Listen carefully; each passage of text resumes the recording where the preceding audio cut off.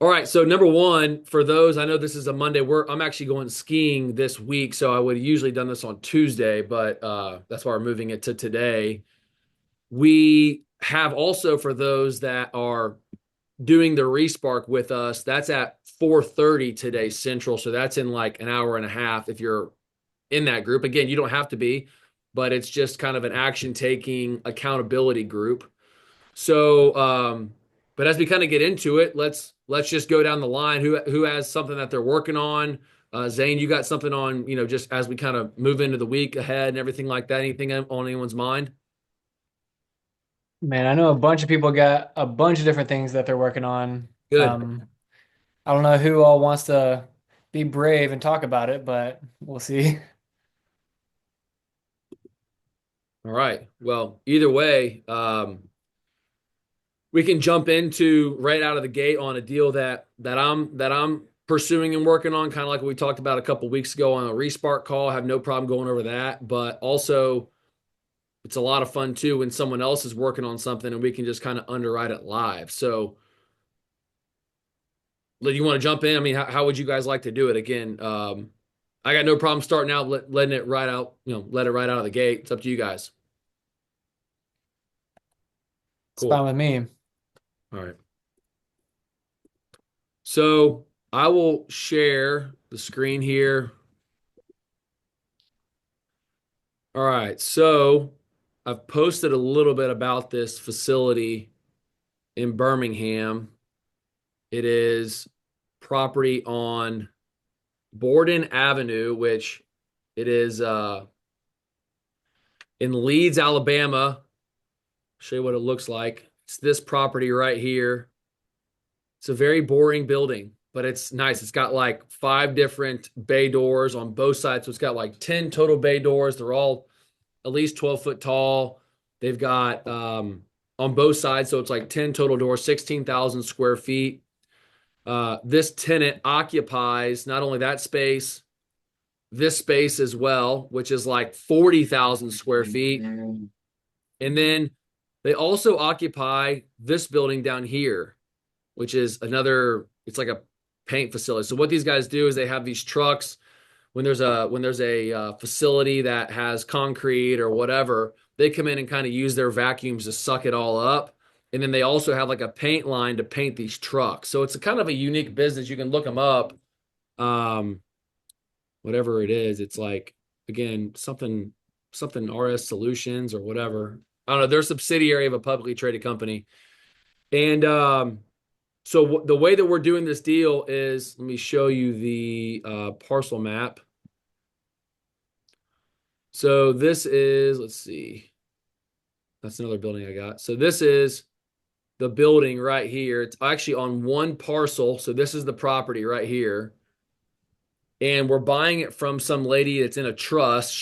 Her father has passed away, put the buildings, this property in this trust.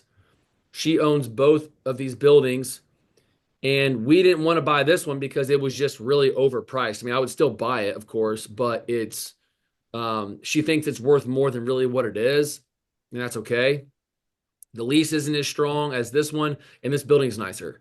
So, a couple reasons why this is cool. And the name of the game here, remember, guys, is like finding ways to double the value of a piece of real estate. Like that's really the goal on how you can get wealthy is not just buying something at a rate of return, but figuring out how you can increase more value out of a building. So what we're doing is we're buying this property. We're going to pay to survey the land, reparcel it. You got to go to the freaking municipality and deal with that whole headache, but it's worth it. I think once we pay and like close on this, she's going to be super open minded to sell this one too. So she doesn't have to own it and we can get a really good deal on this. But most importantly, the guy, again, that owns this building across the street, this one right here, is a different landlord. So this is a different landlord that owns this building. And so we're on the hunt to uh, purchase this parcel from that guy and then essentially own all three of these and have a publicly traded tenant with a 10-year triple net lease on all three and basically have one master lease. versus just having three separate leases for three different buildings. Create just some type of value from there, which makes it very tradable at that point. So we're trying to figure it out, but from 30,000 feet, that's kind of what we're doing. So I'll show you the numbers briefly. $12,000 a month of rent, 16,000 square feet. We're buying it for $1,350,000. I've got some awesome terms from the bank. I'll show you what one of my term sheets looks like from Mason at West Alabama. So basically, lend me $1,100,000, 60 months, so 5-year term, 6 months interest only, which I'll basically go and negotiate him to give me at least 12 months. But 25-year amortization because the building is newer, 85% loan to value. Of course, the pricing is going to be 7%, but we'll buy the rate down, which if you don't know essentially what buying the rate down is, it's very simple. You just give them an extra $15,000. It depends on the price, of course, but you can essentially purchase the rate to where instead of it being 7%, you can buy it down to be 6%. And what makes that cool is it's you betting against your own emotions. And I mean, there's like a cross in the future where you actually win the deal. You're betting on if you sell the building in the future or not. So imagine when I did it on another building with Millennial, it was $10,000 for 100 basis points. So at the time it was like 8.5% interest rate at just what it was back in the summer. And I bought the interest rate down 200 basis points for $20,000. So my interest rate was like 650, and I wrapped that $20,000 of cost into the debt. So it didn't even take me any money out of my pocket. I just got a cheaper interest rate per month.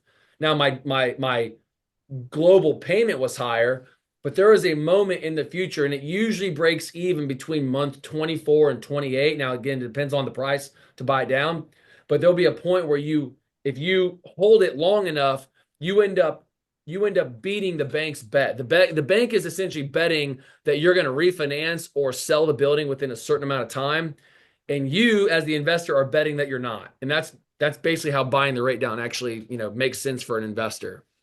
But yeah, this is just one. This happened, I guess, whatever day it was, a couple days ago. And so a good base hit term sheet from the bank. And again, just to buy this piece of property, and eventually we hope to buy this one and this one. And I also own this one right here too. So I'm just like I'm just like trying to buy everything as much as I can. This little corridor right here, because it's like this little area right here has some buildings that I just would love to own and buy. So that's me right now, what I'm kind of working on right now. What else is everybody working on? Again, I don't want to just make this our show, but what else is everybody else doing right now? What else can I help with? Hey Hey, Nolan, Nolan. Yeah. this is Jared. Sorry, Hey, did Jared. somebody jump Hey, in? go for it, man. Yeah, you're good, Jared. I was just wondering how I got the term sheet from the bank. How we got the term sheet? Yeah, like what did you have to give the bank? Did you have to give them like all your W-2 information and like how you're going to structure the Yeah. ownership? Yeah, sure. So let me run this back, and then Jared, I'll get to you too. Let me run this back here. I'll just pull this back up again.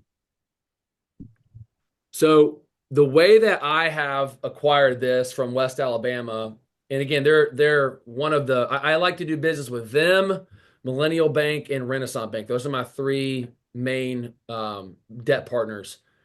And the reason that this was not hard, or not easy, but it wasn't hard to get this, was I've got debt with them already, right? And you're probably like, well, that's not fair, like whatever. But here's the thing, but think about this for a second, like, uh, you know, I had to go through this on one building first, right? So you have to do this too eventually, like getting in front of a bank and going and figuring something out. Like, imagine even if this was my first deal with West Alabama, right? Now it's a little bit easier, but the first deal that I did with him, I'm trying to think back which one it was. May have been the Jefferson building. But what we did, I sent him my financial statement, I sent him my tax returns, but most importantly, I had a good partner on the deal. I had a good tenant, I had a good lease. The bank was they looked at it as a very low risk deal. Like the first time I borrowed from them, the building appraised for like 1 point some building in Tarrant. I bought it for $1,000,001. It appraised at like 1.65 million. I was bar and the seller was leaving money in the deal. So trying to think back exactly the exact terms on that, but they were lending me money at like 65% loan to value. So they weren't lending me on paper like that much money from based upon the actual intrinsic value of the building. So now, I mean, I'll be honest, like my guy Mason, he's become like a really good friend of mine too. He's young, he's like 36. We go get a beer like every other week. I mean, we're constantly talking about deals. We're constantly just like working like avenues on how to pay off something or pay down something or refinance something, just consistently just getting in front of each other, talking about business. And I think the key here, Michael, and if anybody else, is number one, I spend the first 15 minutes talking about him, his wife, his family. He just had a baby a couple of months ago, just talking about how his kids are in sports. Like, not that I'm doing that because I'm wanting something, but because he's a friend now and I genuinely want to just see how life is with his family. And that's an important thing. But then after that, I'm being very tactical and logical with how I am approaching these deals. And so over the last year and a half of just spending time with him, he's come to understand that I'm not a martyr, but I'm very logical as to how I am underwriting deals. I show up with my term sheet sometime or with my pro forma. I'll print something out and I'll say, this is how I'm thinking about doing this. And then I ask for his opinion. I say, how would you underwrite this? Like, give me your opinion on this. What am I missing? And that way, if you think about it from him, he's wanting to lend money because that's what puts money in his pocket as a banker. But I'm getting his opinion on something because it gives, it adds value to his life. He's giving input. I'm giving him what he wants, which is a good deal, good lease, the whole thing, and then he'll able to give me what I want, which is the money. But we're creating a good bond and a good relationship, a good trust relationship where I'm asking his opinion on things. I'm going back and renegotiating something or with the tenant or the lease or whatever. But I'm understanding more importantly what appetite the bank has. Like, what are these guys looking for? What types of property are they wanting to lend money on and use as collateral?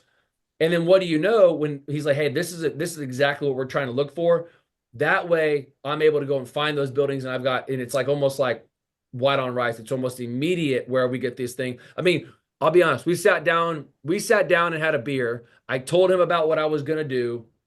This is where my mind was. This is why I think it'll work. And this is why you can't lose. And he's like, sounds good. I'll send you a term sheet tomorrow. And he sent me this term sheet on the 30th. So like what, last week.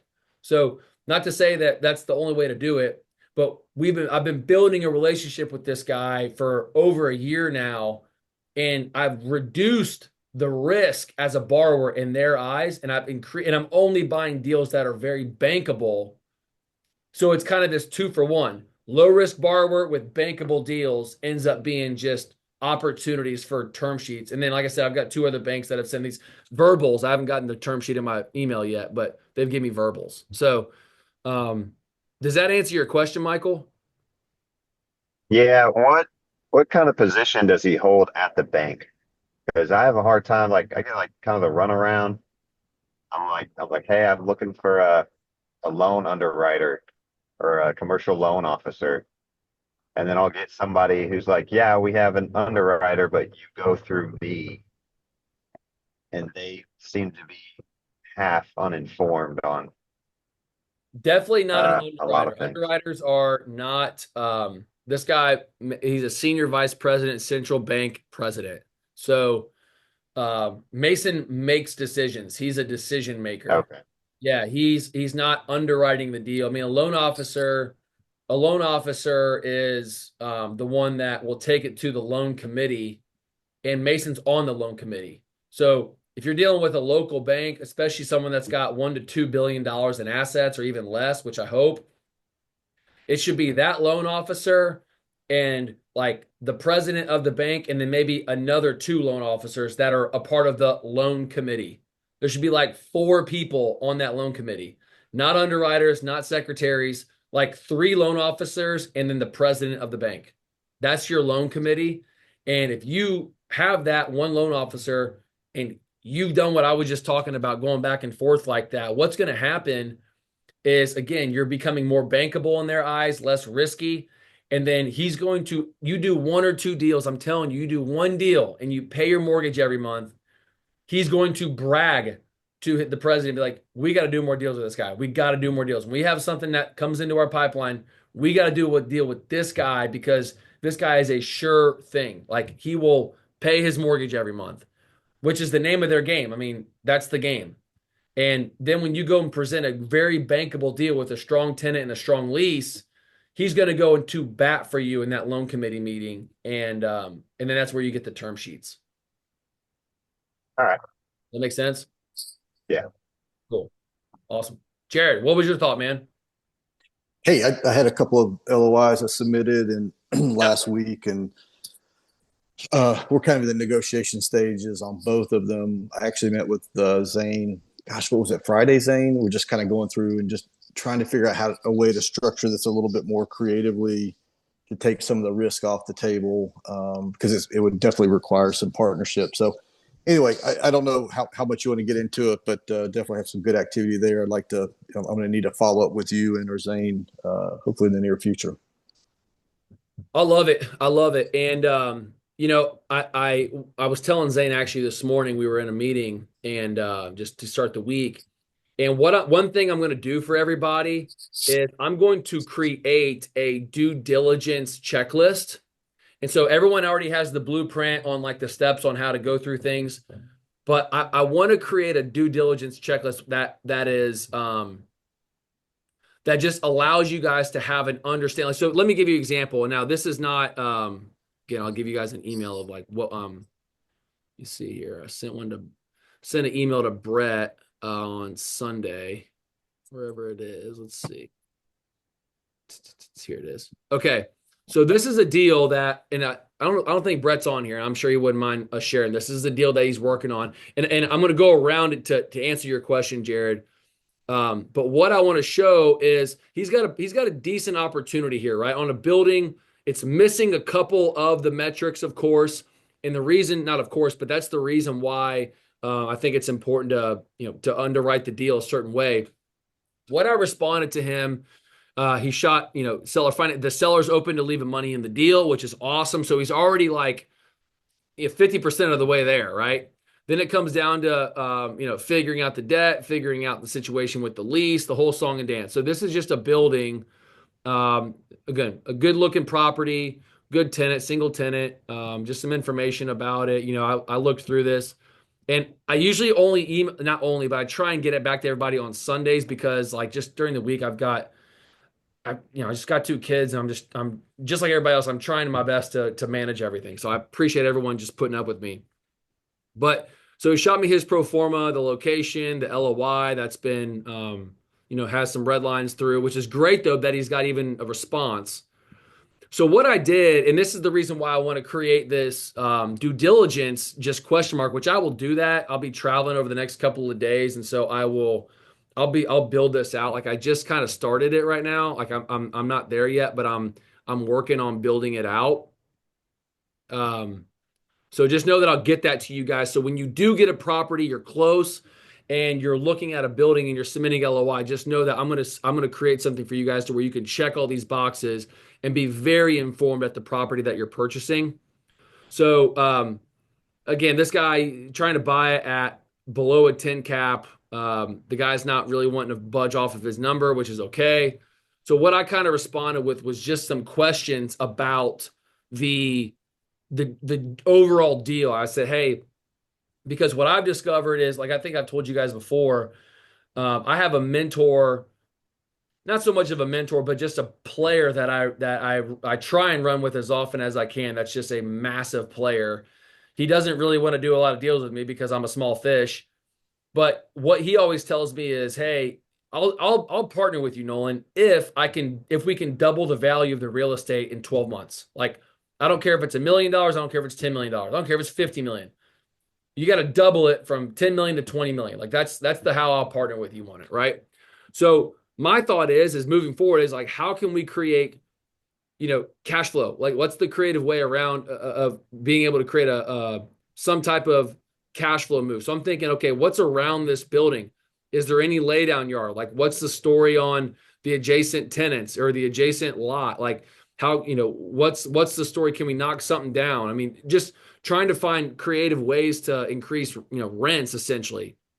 You know, do we know why he's trying to sell the building?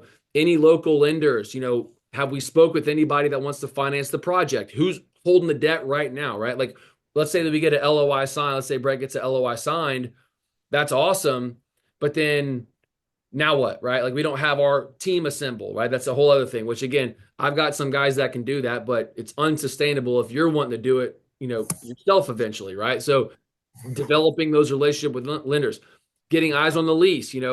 I saw that they exercised an option on this lease. Do they have any more options? What's the length of that option? How many options do they have? Gotten your eyes on the building. I saw it was built in 1964. How old's the roof? Has it been replaced? Has it been repaired? When? Can you get your hands on when you improved it? What's the warranty? Who's the tenant? Have you got an idea what their profit and loss is?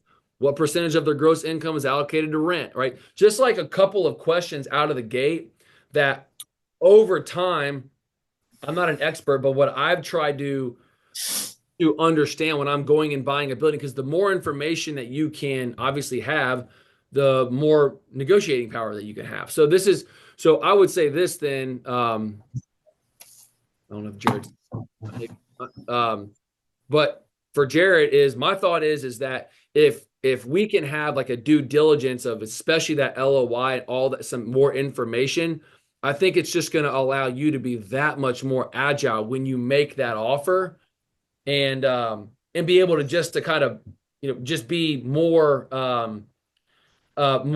precise with your offer, and then you come back to the table to renegotiate after you're under contract. I don't know if Yeah. that makes sense from 30,000 feet or not. Do you have an opinion on that? No, it totally makes sense. I think the due diligence will help, right? I think I've kind of approached the LOIs as this is my way of just showing my interest, right? Sure. I've done all the pro formas. I know kind of what number I need. And this is the first LOI where I've gotten a reasonable counteroffer. And Nice. so it was both on the first and to some extent the second, but there's some room for negotiation. So now for me, it's about how do we get a little bit more creative? It's a vacant space, right? So we got to figure out a way to reduce the risk on our side so we can get some partnership. I'm approaching a couple of my lenders that I haven't worked with yet, but I've developed relationships with to get a sense of, what would it take to get this underwritten? How would you see this? So kind of some of the things that you're talking about here today. So that's kind of where I am. It's just kind of the dance right here. And then the other piece of this is it needs some work. So it's a vacant building, needs some work. I'm trying to figure out, just kind of wrap around, get it wrapped around in my head. How do we handle a situation where you've got a great deal, you could probably double your money, double the value in a couple of years, but it needs a lot of work to get it, ready to lease? How does that play into the lending? So I got something else I got to kind of approach the lenders about to kind of figure out how they think about that as well. So I don't know if you have more thoughts on that, but that's kind of where I'm at with this, at least this one deal. Yeah, yeah. So the way I'll give you, just from my experience, we bought a building last year, actually around this time. I was actually probably right at a year ago. And it's actually for those. So Jared, you were at the event, so it was the building that we walked that we all met at on Saturday Mm-hmm. morning. Maybe it was Yep. Friday morning or whatever, the Fourth Avenue. And we bought that building. Y'all should have seen that place before it was what it was then, what it is now. And the way that we structure the financing is I have a partner on that building. He bought it for 400 grand or something, put 200,000 into it or whatever the number was. I got to look back at my accounting, but The way that we did it though is that we put a down payment down because the seller was in a trust. I think I told you these guys are like 90 years old, and so we bought it from them. My partner put down the 25% of actually 20% of the principal or of the down payment and the rehab. And so we Hmm. just got some quotes for the rehab. And then we also had a little buffer that even my banker told me, he's like, hey, add like another 60,000 of buffer to your quote. That way I can kind of over lend you money on the deal. And if you do have like, change orders, then you're not going to have to come out of pocket for that.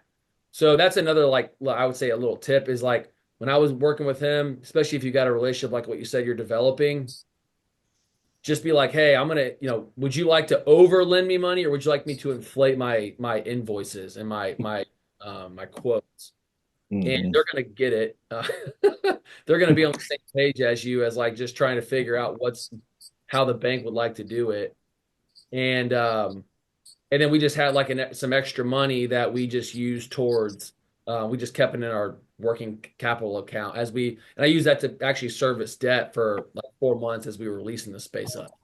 So when you go and negotiate that, get a quote, and then you can get like, usually like 12 months, 18 months of interest only because of the nature of the project. Hmm. And then um, I would, again, go 80% loan to value of the total uh, after repair value of the building. So if you buy it for 500,000, it's going to be worth 1 million based on the vacancy calculator on your pro forma. Hmm. It's going to be worth $1 million. I would, I would definitely, I would definitely recommend getting not a construction loan, but just like a bridge loan, like a bridge to permanent loan, and then overestimate your expenses because you'll get some change orders and you don't want to come out of pocket like 75% of the way through and you got to write a check for 80 grand. Like that's not. Yeah, yeah, yeah. We're definitely kind of padding the estimates based on what we're getting back, factoring some, Yeah. some buffer there. None of these projects ever end up being on budget, right? So that's just, just experience from another life. Yeah. Right. So we're definitely, factoring those things in. 100%. That would be my recommendation. I'm not an expert either. The one thing I would say is like even on that building, that Fourth Avenue building, we got two tenants in there. They're paying rent now, but one of them's like, well, we need gas to the building, and of course we advertised it as like kind of cold warehouse. What you see is what you get. And then it was cold in Birmingham a couple of weeks ago, so the whole world was. They thought the world was ending because it was cold.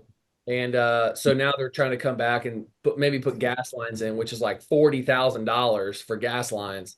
And I just told them no. I just said no. And so they had their legal team like try and see if they can get out of the lease. I was like, you can buy me out if you want. And but we've agreed on some terms. And I told them I'd give them a couple of months of free rent or something, and they have to go themselves. But I was like, go put some electrical in there. I'm not putting 40,000 of gas lines in a building. And I told you I didn't have it in their first place. But that's the name of the game, I guess. So but yeah, that's I would highly recommend, as overestimate everything so you're not having to come out of pocket, middle of your project. Yeah. Okay.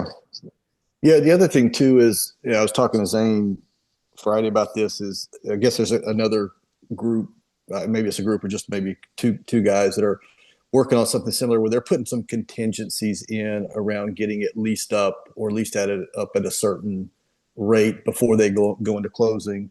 So that's something I'm considering. But I guess my question around that is, even if you got that negotiated right, you're still going to have to go do a phase one. You've got the inspection, all those costs. So those are going to happen anyway. You're going to spend those. If for some reason your potential seller finds a better tenant, has a better deal, and walks away, gives you the earnest money back, you still are going to lose out on your phase one costs and all those other things. So, am I thinking about that correctly, or No, is just there put a that in different the. perspective? Is that from an LOI or actually when you're under contract? Um, is what that like the those? Yeah, it'd be during the it would be after you are So under you're under contract, contract. I certainly. mean, just put that into the agreement. Be like, hey, look, if you think you can get a better deal somewhere else, no problem. You got to pay me my earnest money plus interest plus whatever my whatever I invest, any investment of due diligence. And that should say you that should be on the contract already. That any due diligence that you back out of and the seller has an option to get out, he has to reimburse you for your costs of due diligence plus interest. Got it. So it's not just the earnest money; it's any initial upfront Cost of cost. due diligence, yeah, and that's easily negotiable. I mean, that's easily put in there.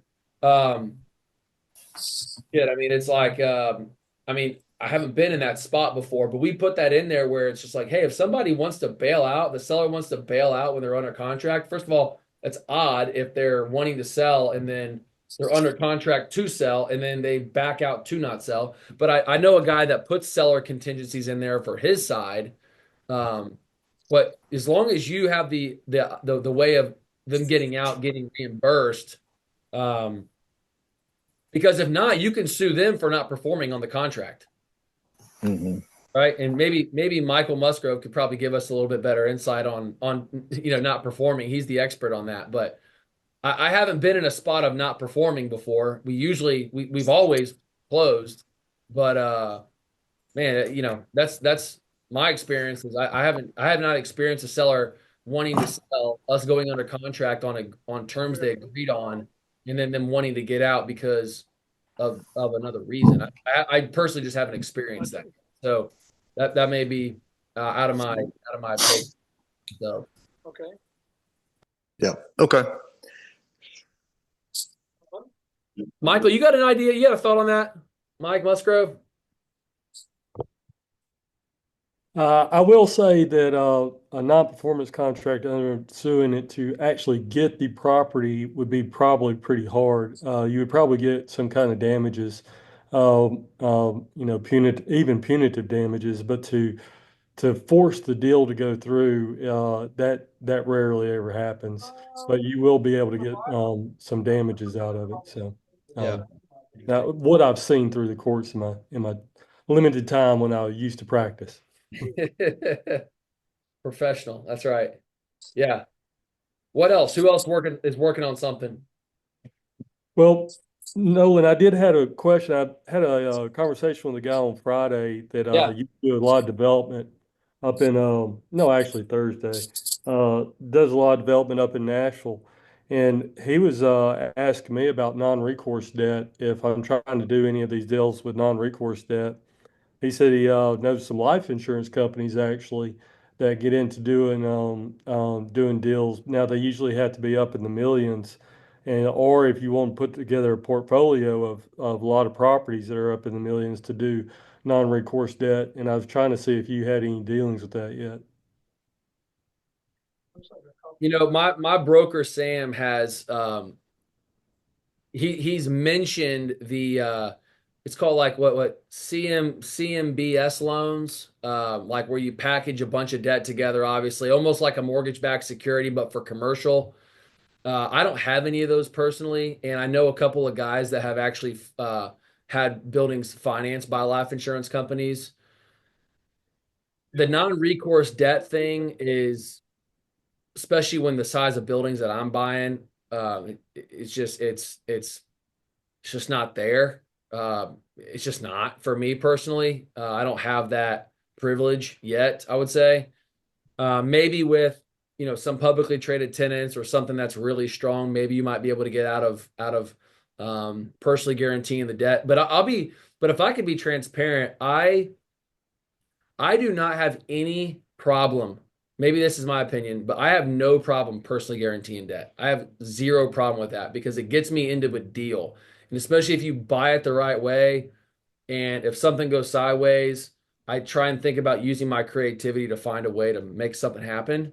But some people don't want to ever be on the hook personally, and that's not right or wrong. Um, but I would have believed that these life insurance loans that are non-recourse, they might even I don't know how those work exactly, but I don't know. I'll be honest with you. I don't know how those loans work. I know that they've got premium financing policies that people do where the bank finances the premium for a person. They immediately borrow against it to go and invest. There's a ton of ways that you can do it. Um, I don't have any clients that do premium finance, but have a lot of, like I said, we've got partners that have purchased property with me that have taken policy loans to invest in property with me. So there's just it's hard to say. I think there's a bunch of ways to do it, but I don't know. I don't have a lot of experience on the non-recourse debt side. Yeah, he was telling me that usually they were on deals that are over 5 million, but he said he's been seeing them come across that there were like 1.5, $2 million on like small stuff too, apartment complexes. And he said that he thought the terms on them were actually better than what some of the local banks were giving.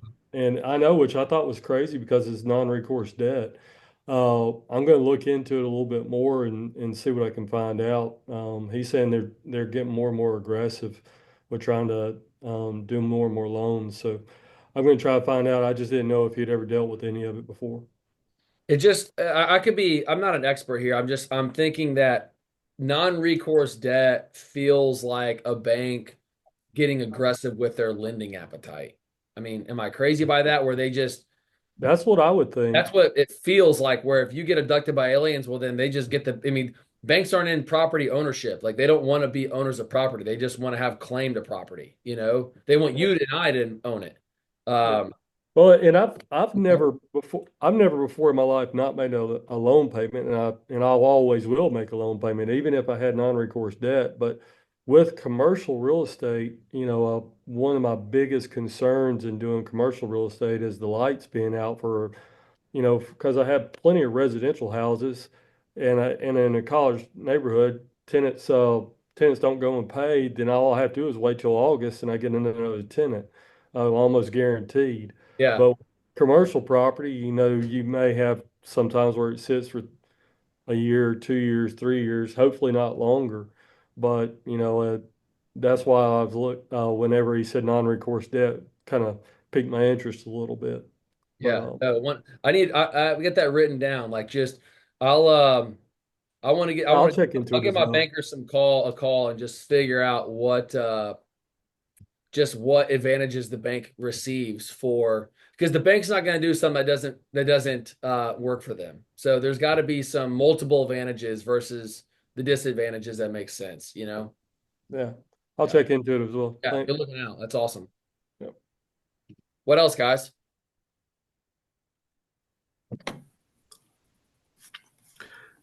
Nolan, this is Richard. I sent you and Zane a couple of hot properties I'm working on this week. I'm going to submit LOIs on. These are the two best properties, numbers wise, the way they look, that I've seen. The two best that I've seen so far.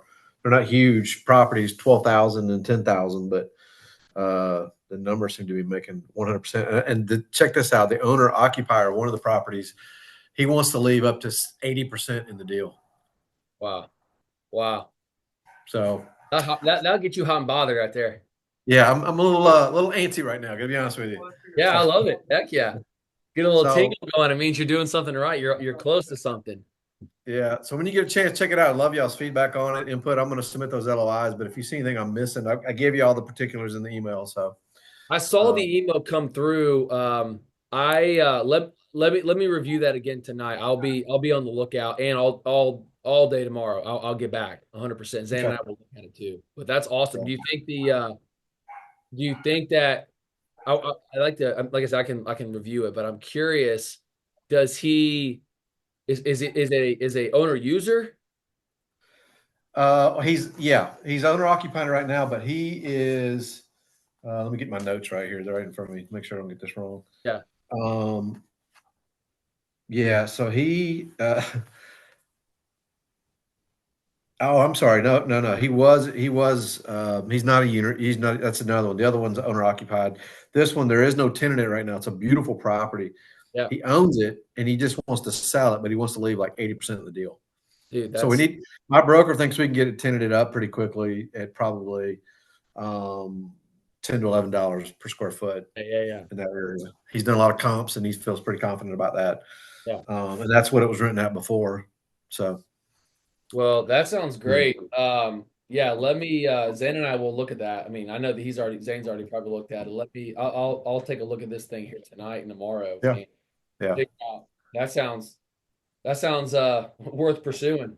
I mean, even if we gave them their asking price, we're still at a going in cap rate of over 10%. Wow. Wow. Well, one question that I have is, and Nolan, correct me if I'm wrong, but don't we need to make sure that the seller might be still open to being in the second position, even if they're leaving the majority of the money in the deal? Yeah, I don't know. and that's okay. That in that situation, it's okay if they're leaving that much money in the deal. It's not going to affect their ability to foreclose. Like, let's say it's $1 million building, right? Let's say the building's worth $1 million. He's selling it to Richard for $1 million, right? Maybe he just doesn't. Again, he doesn't have any debt on it, whatever. You've underwrote the deal. The math makes sense that it's probably worth $1,000,001, right? So you got a little bit of a discount on it. You can go to the bank and get a 20% loan to value mortgage, which will anybody and their brother will be thrilled to lend on, especially with a good building and a strong tenant and strong lease. And if your tenant moves in and they are cash flowing, they're renting, but you get abducted by aliens and then they don't make their mortgage payment, they're going to foreclose. And essentially the seller is just going to, whatever they foreclose on, the seller gets his money back. He's going to probably buy it out anyway. So, but he already got 200 grand in his pocket in the first place because the bank wrote him that check. So it's that at that type of loan to value, it is extremely, extremely very low risk to the seller to leave that amount of money in the deal. I mean, and to take a second position, I would personally do that. If someone offered that to me, I would personally do that. If I didn't need to sell, but I did, I'd do that 100%. Yeah. Richard, what type of terms did you negotiate on that seller finance side? Are you still working on that? We're still working on it. I just went and saw the property on Friday. The broker talked to the seller's broker, and that's what the broker told him. The seller's broker told him, he said, look, because my broker knows me well enough to know now that we're going to offer a dual option. It's going to be option one, seller financing, option two is all cash. And so he went ahead and asked the other brokers, is the seller open to seller financing? He says, as a matter of fact, he is. He actually prefers that, and he's willing to leave 80, 90% in the deal, upwards of that. He doesn't have to. So we haven't got to the terms yet, but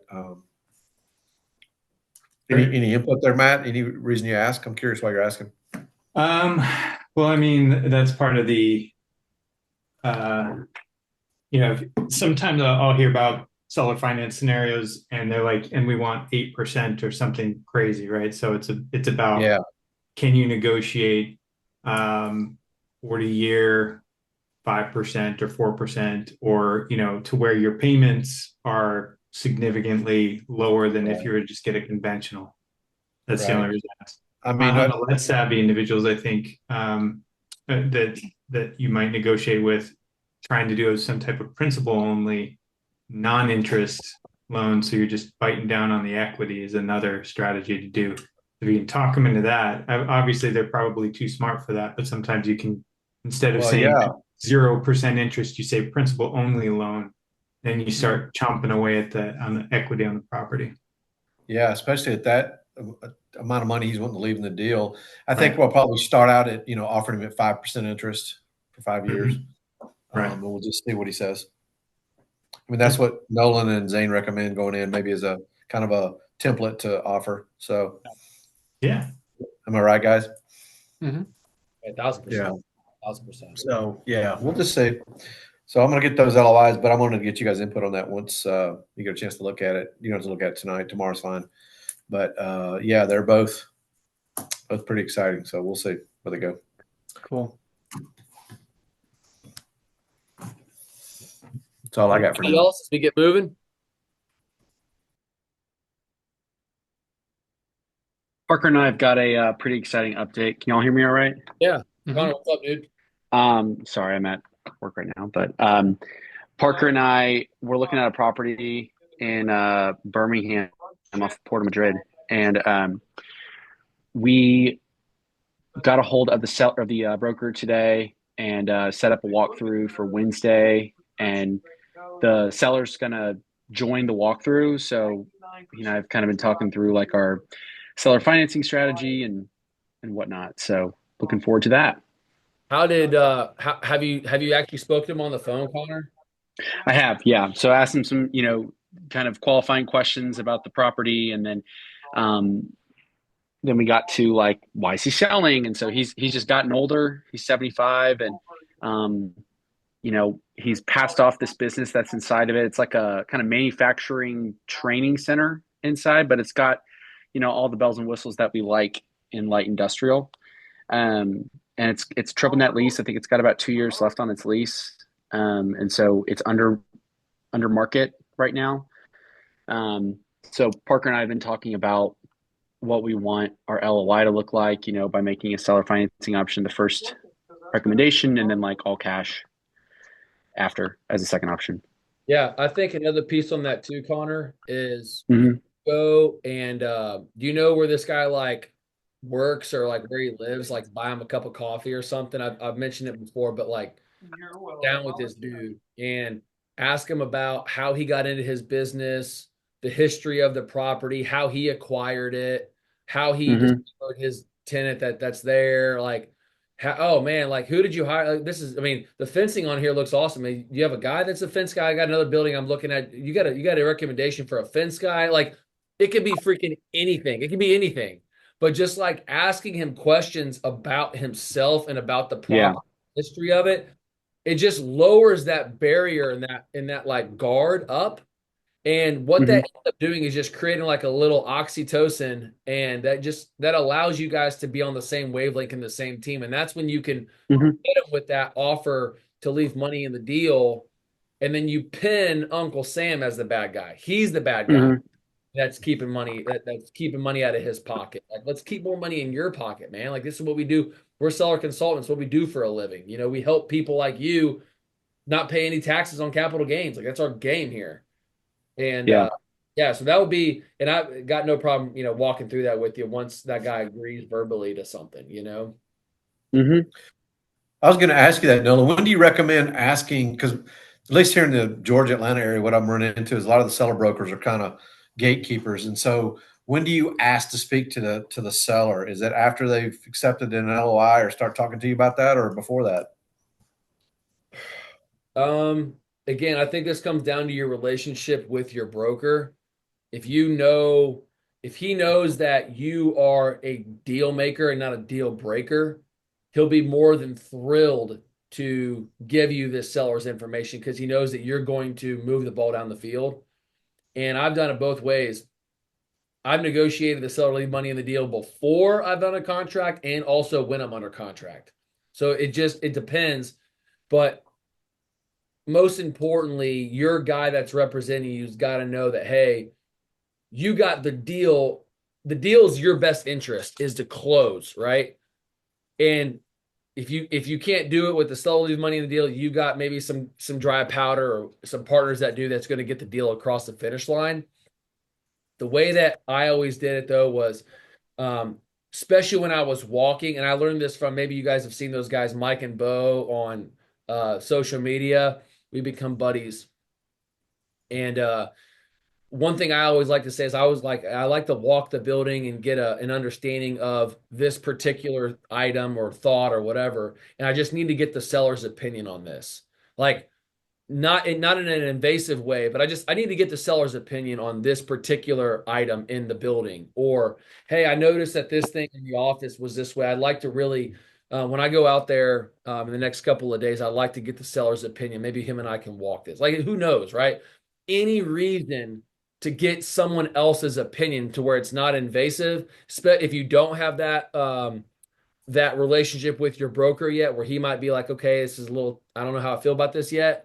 Versus when I text Sam, I'm like, give me this guy's number. Sam will hit it back to me in like 10 minutes.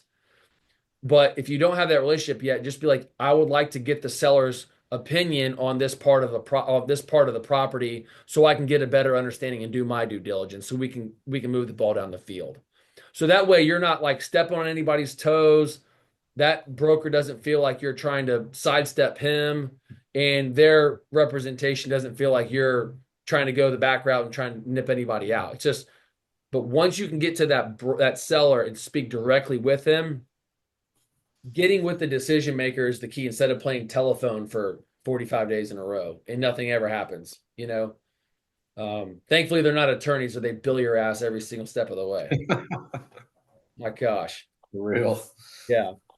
So that'd be my opinion. It's like just find a way to get to the decision maker immediately.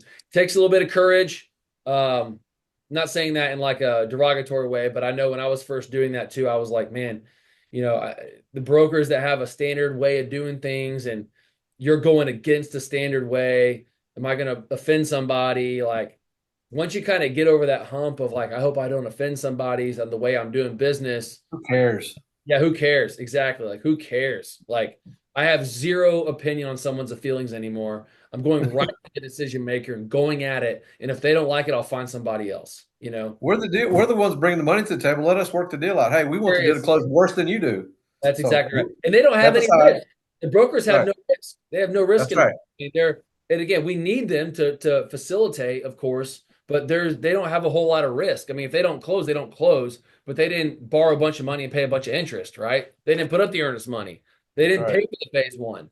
They didn't do any of the due diligence period. So that's my opinion, at least 100%. Awesome. Thank you. Yeah. Anybody else before we get moving? Well, I've got a quick question about that. Like you guys kind of course. touched on it, but when it comes to, I mean, the seller is going to be there. I think the broker was like, yeah, let me text the seller, see if he wants to join. He was like, yeah, he wants to join. So obviously it sounds like I need to make sure that I'm kind of greasing the wheel, making the conversation warm. And then maybe towards the end, I don't want to step over the broker, but somehow talk about seller financing or be like, would you, start to get his feel for it. I Does that sound about right? I would not do it on the site, Connor. I would not do it on the site. Okay. I'll be there specific for the building. I'd probably be at the property for 15, 20 minutes. Like walk it, get your eyes on Okay. it. Oh, this and that. When was the roof replaced? Do you have a warranty? Where's the meets and bounds of this? What's the like just ask some questions that you've probably already done the homework on. You probably already know it, but you're asking questions so the seller feels like he's, in charge. He's, whatever. Gather that seller's information, whether it's like on, hey, I'd love to get your phone number. I'd love to buy you coffee. It sounds like you're a guy that's in real estate. I'd love to just introduce myself, right? Like a super casual way to sidestep dealing with brokers. Now, again, we need them to bring us deals, but when the deal comes down to it, it needs to be you and the seller conversing. Like, Yeah. I don't even want the brokers in the room when I am going back and forth with the seller. Because if you got them down and then you start talking about their kids and how they played high school football or gymnastics and how they went to Auburn or they did something else or whatever. Well, then you've got them like, well, tell me, how did you buy the building? Why did you buy this building? It's such a unique site, like whatever. But get them one-on-one and then try and pry out of them what they're going to do with the money and say, man, what's the tax on that? Ha ha. And find a way to make them say something about how Uncle Sam is going to just like turn them over the coals. Yeah. And then after you kind of slow it down, that's when you say, man, I'd like to offer you an opportunity. And that's when it just like, you just slow it down like that. After he mentions the fact that he's going to get raked over the coals and it's going to be horrible because Uncle Sam's going to get this massive cut. Well, man, I'd like to offer you an opportunity. And then he's just going to be like, well, okay, well, what? You've heard me say it 100 times. And then it's like, I want to offer you this opportunity of money in this deal. And then immediately it's like this direct point where you just spent the last 20 minutes only talking about him, learning about his business, whatever.